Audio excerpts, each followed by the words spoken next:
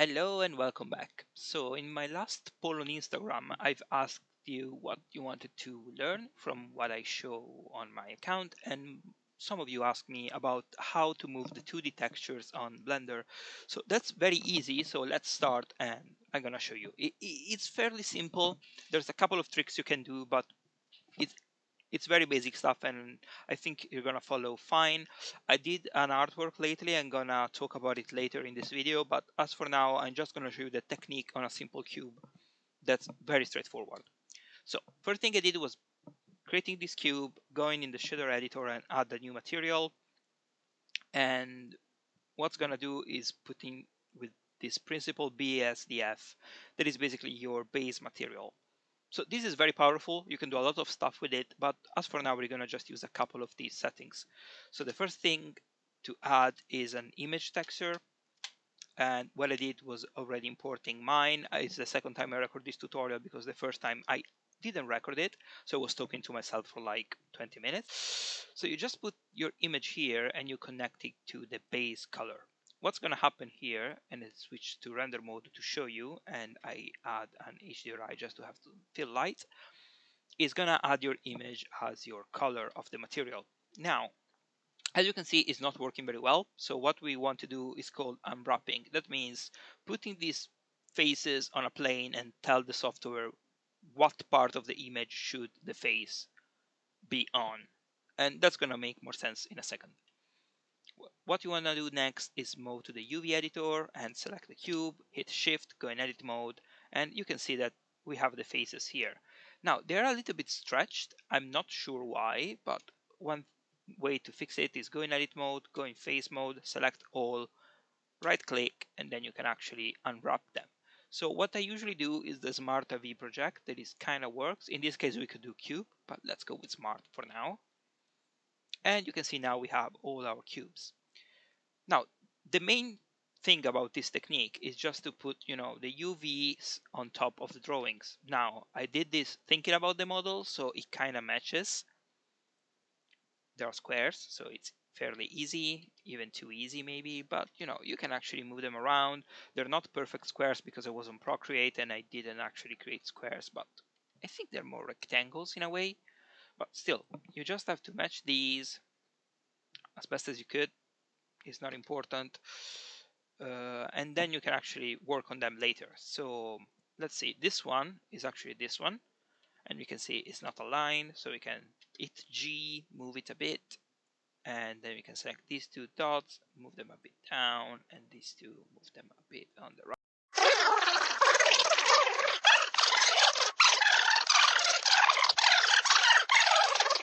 But what's cool is that in the shader editor you can actually play with this like we did in the other videos. So we can actually made a ramp here to make this black and white and have some control. We put the color in it, and we put this on the roughness. So where it's black is very reflective, and where it's white is rough. So if we put this up, it becomes very reflective. You can see that is reflecting the HDRI, and if you move it the other way around, it's going to be less reflective. And we can also add a bump map, and this works best if you have high quality images. This one is an export I've sent to myself via WhatsApp, so the quality it's kind of bad, but just to show you how this works, you put this in the height, then you put this in the normals, and then you drop down the strength like a lot. And this is just mimicking how the light hits the shape. As you can see, this is kind of bad, but I mean, you can actually drop this down and drop the distance maybe down a bit. And you have to fine tune this based on your image, really. There's no like secret formula, but I mean, it kind of works. And the cool thing about it is that this can apply to all the inputs you have here. You can also add the transmission to make it look like, it's kind of I don't know the English name for this effect, to be honest, but you get what I mean. It's reflecting the light in weird ways, and all this stuff is fun to work with. And if you add more, nothing blocks you from actually change it again. So if you go in the UV editor and you have this one, you can actually move it up, and it's going to move in all of them because I did Shift D, and I duplicated it. But if I go Control C and Control V and move it again, this one is going to be independent. So if I move this around, sorry, I just moved the first one of those two. This one is the new one I did with Control C. So if I select this and I move it around, it's just going to move on this one. And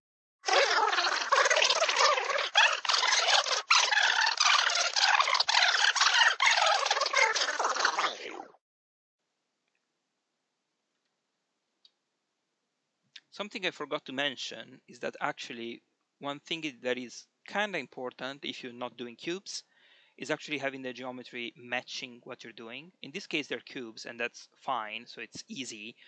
But there are a couple of things you can do to make them look better. Now, let me delete these two boys here. We don't need them. But one important thing I used to do in almost all of my objects is to add a bevel.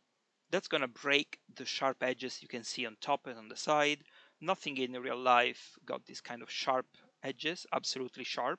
There's always a bit of bevel. So if you add some bevel, it doesn't need to be this much, can be way less and maybe softer. But this already gives you like a more realistic way the light hits. If you go in shade smooth, then it's going to look even better, as you can see. This is already nice. I switched to cycles before in order to have this shadow and stuff, but it's not really important, to be fair. It's more for like, you know, shiny things that looks nice, but it is not important technical wise.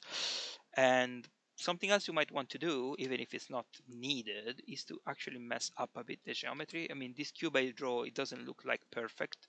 It looks like a bit messed up. So we can add some geometry, select some vertices, and kind of build some imperfections. I think that could help our model look more real. So we can do this. I'm just hitting G on the vertices and move them around. It's fairly easy, but it adds so much. I'm gonna show you in a second the rendered version. And this is just, you know, to break the illusion that that is 3D, because everything that is too perfect, our brain kind of picks up there's something wrong about it. Nothing is perfect in nature. No line is straight, perfectly straight. So if we add this kind of imperfections there, it looks better. And if you manage to have, you know, a whole scene drawn by yourself, or at least with some illustration or stuff like that, and you put them all together, once you do the render, it can look like an actual 2D drawing, but with the correct perspective and lights and all those kind of fancy things. So it's something it's worth to look into. If you're like an illustrator, or you just like, you know, to draw your characters, you can model very shitty versions of them and then put the textures on them and make them pop. It's very cool. So I wanted just to jump back very quickly on this because I realized that the cube might be a bit too easy, and I mean, I think it's perfect to explain the whole process in a simple way, and that's what a tutorial should do in my opinion. But still, uh, I kind of feel like maybe someone wants to see this as well, so I'm just doing it. So I modeled the shape, as you can see here. It's very simple, to be honest. It's just an extruded cube with some, you know, different materials on it. The only thing that is kind of messy is the sign up here, just because I tried to kind of match this one, but I didn't want it to do perfectly. I didn't like it because the quality of the image is pretty low, so I added like an emission shader there to make it look like actually shining. I added some lights down here that I actually didn't want to add. I don't know when that happened. That that shouldn't be there. That's a real-time correction for you guys. So this looks kind of nice from the camera angle. I think it kind of works. All the noise you see is because it's a transparent surface, so the real-time kind of rendering I'm doing here is not really great. If I put the denoiser, you can see it kind of works. The only thing I did here was a bit more of modeling. As you can see, it's not a cube, but got these kind of nice edges. Now the denoiser is killing it a bit, but you get the point. And also the other thing I did was using a different material for the glasses. That I use actually a glass material that is this boy here. It's just the texture dropped inside and some Musgrave noise in the roughness, just to make this. I keep on messing up. This kind of messy bits that looks like the glass is actually stained and ruined, or whatever. And then I added some emission here and there just to make this look like there's a screen or something up there. If I drop in Eevee very quickly, this is probably gonna look, if not better, you can see better how the emission should work after some post-production. And for the inside is actually just the texture projected there. There's no much. I just took this bit and is actually projected on this bit of the image that I cut with Photoshop to be easier to actually use. But that's the whole point, really. And also on this side, same thing. As you can see, I did nothing in the inside. I just put the face because I thought it was funny, but you can see that from the angle. And I'm not sure why one of the faces wasn't showing this one. I think I hidden that before by mistake. But anyway, it's here. It's a bit too glossy in my opinion. It's a bit too reflective, but from the right camera angle, it kind of looks nice in my opinion. The messy bit with this project was this guy that I actually had to model. Like it's just a cube, like very stretched out with some bit moved. I could do way better than this probably. I can just model the actual text, but I couldn't be bothered. It was like 4 a.m. when I did this. Even later probably. I spent like the whole night drawing this thing because I wanted to do something, and then I thought, oh yeah, I could do a 3D model of it.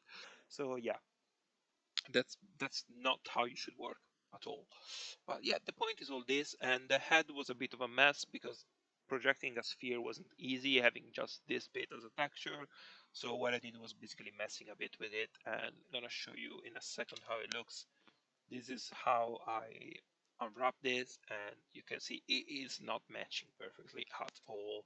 But it kind of works, and that's the important part when you work on something that is not like pipeline related and it's just for fun.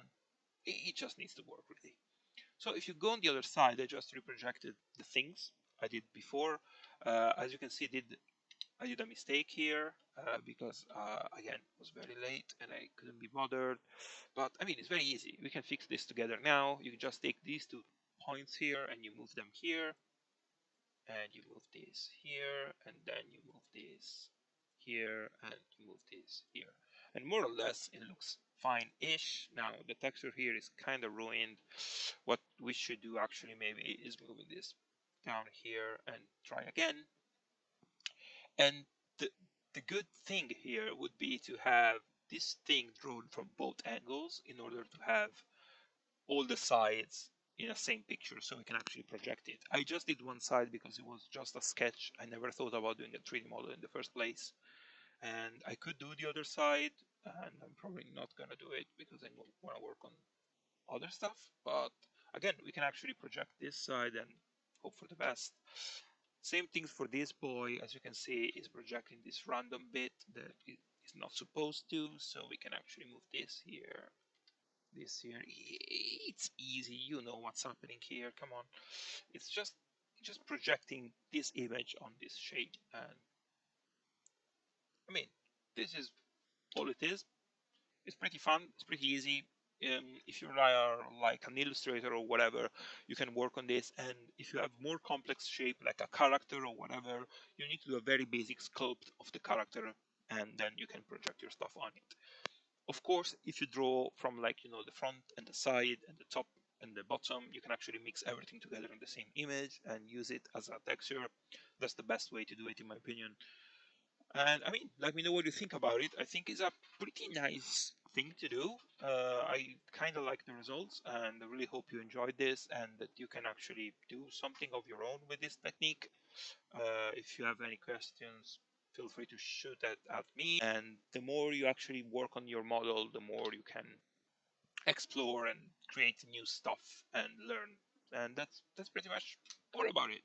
Cool. Have fun.